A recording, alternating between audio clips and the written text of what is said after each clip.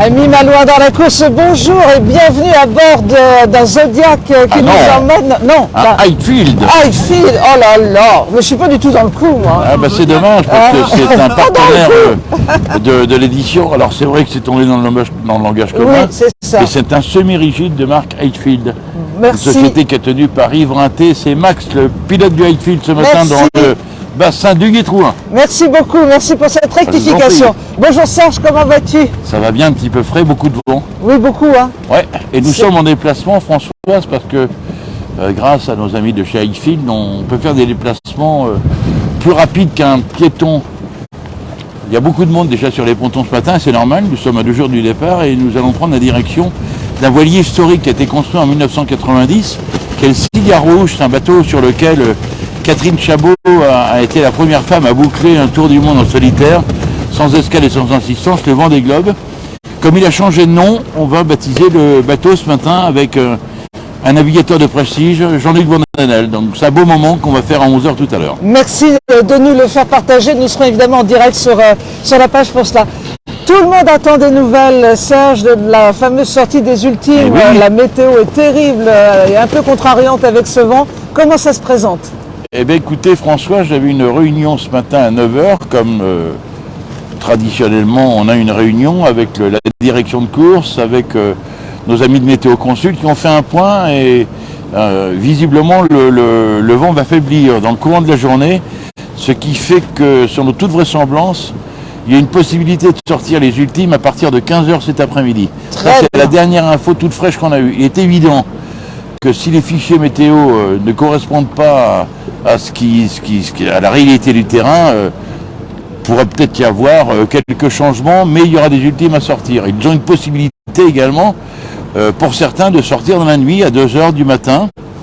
Mais l'enjeu, c'est peut-être essayer pour eux de sortir ces bateaux cet après-midi, à condition que ça se passe en toute sécurité, évidemment. Pour information, les Malouins dans la course sont certainement en direct, et nous serons en direct également sur les écluses, avec toute une équipe de réalisation. Il y aura plusieurs caméras, des caméras embarquées, des caméras HF pour vous faire vivre tout ça sur le site de la course et sur quelques médias, parce que je crois qu'on sera en direct sur la chaîne d'équipe et autres télés qui sont venus nous rejoindre ici. Et sur en la direct aussi sur le Malouin dans la course. Absolument. Merci beaucoup. Alors, beaucoup d'actualités. Tu nous tiendras évidemment au courant s'il y a des changements dus à la météo. On se tient bien informé de tout ça. Et là, on va arriver en approche du bateau de Catherine Chabot. Il est beau, hein? Ah oui. Ça s'appelle le Cigare Rouge. Alors, formative Easy Business School pour H&H Common. Catherine Chabot, qui est députée européenne. Ce bateau avait fait la course déjà il y a 4 ans. C'était Jean-Marie Patier, le compagnon de Catherine Chabot, qui avait pris le départ de cette route du Rhum. Et il était arrivé en Guadeloupe. J'étais allé à sa rencontre. Et j'ai dit, Jean-Marie, c'est pas possible, le bateau sort d'un atelier, c'était une merveille. C'est un bateau qui a été restauré par Jean-Marie Patier et par un célèbre navigateur qui s'appelle Lionel Le Mouchoir, qui avait remporté la route du Rhum en 2006. Donc c'est une œuvre d'art. C'est le numéro 8 qu'on voit là.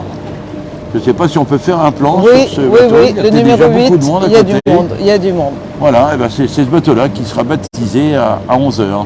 On reviendra en direct à 11h pour le baptême. C'est un bateau qui est pourvu de 2 mâts. Vous savez ? Alors c'est pas un ketch, c'est un yawl, en fonction de la position du mât par rapport au gouvernail. Bon, tout ça c'est très technique. Hein.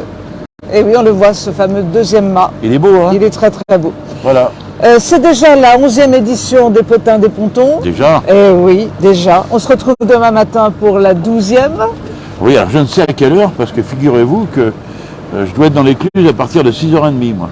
Eh bien, on va peut-être se retrouver aux écluses pour faire la dernière édition. À 6h30, tu seras là? Ah, 7h, allez. J'ai un petit peu de doute. Mais bon, on verra. Je peux peut-être te surprendre, tu verras. verras. On fera quelque chose de toute façon. Voilà. Merci en tous les cas. Merci avec beaucoup plaisir. Serge. Merci. On se retrouve dans quelques instants pour le baptême en direct. On se tomber là, oh là là là là. Ouais, attention. Le Max, il n'est pas toujours habile, hein, s'il tape dans le ponton. Merci beaucoup, à tout à l'heure. Ouais.